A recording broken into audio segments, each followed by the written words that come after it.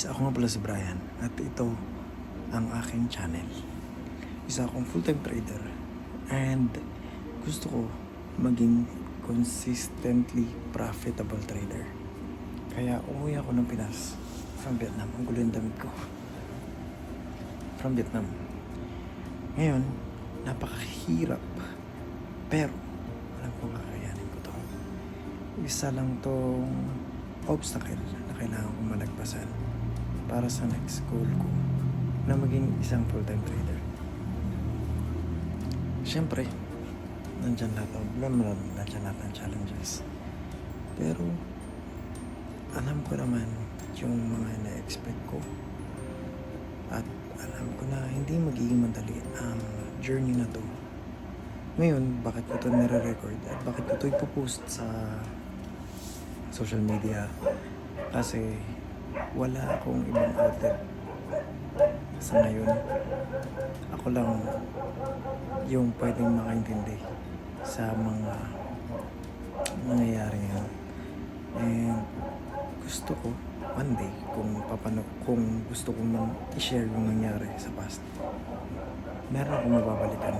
And I think sobrang malaki ang naitulong ng social media dahil alam mo, pwede ko na i-record to, pwede ko na i-share to next time sa kanila.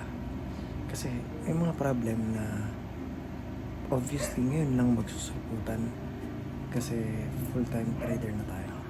Naumikot ata yung recording. So, ayun nga. May mga challenges na hindi natin ina-expect na dadating. And since first time natin mag full time, obviously we will learn along the way kasi wala pa namang gumagawa nito na sinubukang i-record yung mismong transition nila from employee to full-time trader. So hindi ko alam kung ako ang nauna, pero so far wala namang akong makitang video na nag-document ng ganitong process. Medyo may na yung boses ko because nasa loob ako ng kwarto and baka may natutulog sa kabila and marinig yung ano natin. So sobrang tahimik na nga neto, to be honest. Anyway, going back, maraming mga challenges. Una is yung pressure na makapag-profit ka nandyan.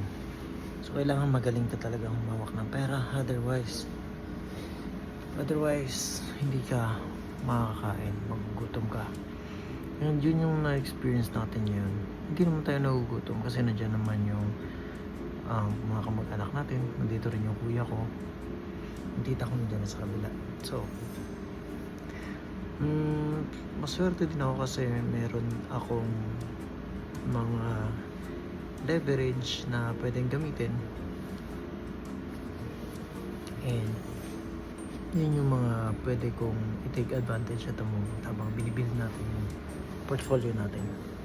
Yung isang bagay na pwede kong gawin and feeling ko malaki yung maitutulong sa akin is maging prop firm trader.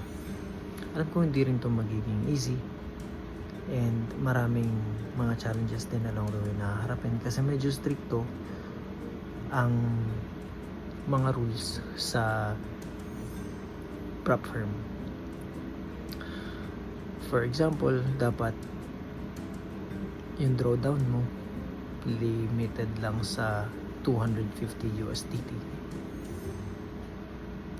And that's only for 5,000 USDT account or USD account. And hindi biro yun. Kasi iba ang calculation ng prop firm sa drawdown. And medyo complicated yun kaya hindi ko napapaliwanag. Kung sa normal na trader lang or sa regular na trader, ang definition kasi nun is talo mo, magkano yung talo mo. Pero kasi sa prop firm, meron silang ibang definition and iba din yung application ng rule na yun sa trading mo. But hopefully, malagpasan natin yung mga challenges and makapasa tayo sa makakuha tayo ng account sa prop firm. So for now, hindi ko muna ibibigay yung buong detalye kasi baka mabati or baka, alam mo yun, pag-share natin kasi masyado yung mga goals natin. Sa iba, medyo nagkakaroon ng negative impact sa ano ba yun, sa manifestation. Naks. Pero, ayun nung muna sa ngayon, matutulog muna tayo and then magpapahinga muna tayo. Balik na naman tayo mamaya sa paghahanap ng trades and then magbo-backtest tayo ng setup natin. That's it.